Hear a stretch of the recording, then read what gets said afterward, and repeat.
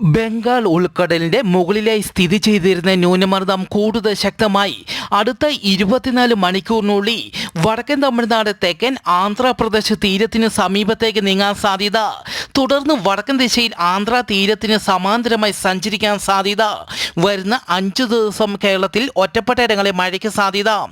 മത്സ്യത്തൊഴിലാളികൾക്ക് ജാഗ്രതാ നിർദ്ദേശം. തമിഴ്നാട് തീരം, അതിനോട് ചേർന്ന കന്യാകുമാരി പ്രദേശം, ഗൾഫ് മാന്നാർ, തെക്കൻ ആന്ധ്രാപ്രദേശ് തീരം, തെക്കൻ അറബിക്കടലിന്റെ മധ്യഭാഗങ്ങൾ, അതിനോട് ചേർന്ന ഇന്ത്യ മഹാസമുദ്രം, തെക്കു പടിഞ്ഞാറൻ ബംഗാൾ ഉൾക്കടലിന്റെ വടക്കൻ ഭാഗങ്ങൾ, മധ്യ പടിഞ്ഞാറൻ ബംഗാൾ ഉൾക്കടലിന്റെ തെക്കൻ ഭാഗങ്ങൾ എന്നിവിടങ്ങളിൽ മണിക്കൂറിൽ 55 കിലോമീറ്റർ വരെ വേഗതയിൽ കാറ്റിന് സാധ്യത. മേൽ പറഞ്ഞ സ്ഥലങ്ങളിൽ മത്സ്യത്തൊഴിലാളികൾ മത്സ്യബന്ധനത്തിന് പോകരുതെന്ന് കാലാവസ്ഥാ കേന്ദ്രം അറിയിച്ചു. പസഫിക് സമുദ്രത്തെ സ്ഥിതി ചെയ്യുന്ന വനുവാട്ട് ദ്വീപിൽ ഇന്നലെ 7.4 തീവ്രത രേഖപ്പെടുത്തിയ ഭൂകമ്പത്തിൽ 14 പേർ മരിച്ചു, നൂറുകണക്കിന് ആളുകൾക്ക് പരിക്കേൽക്കുകയും ചെയ്തു.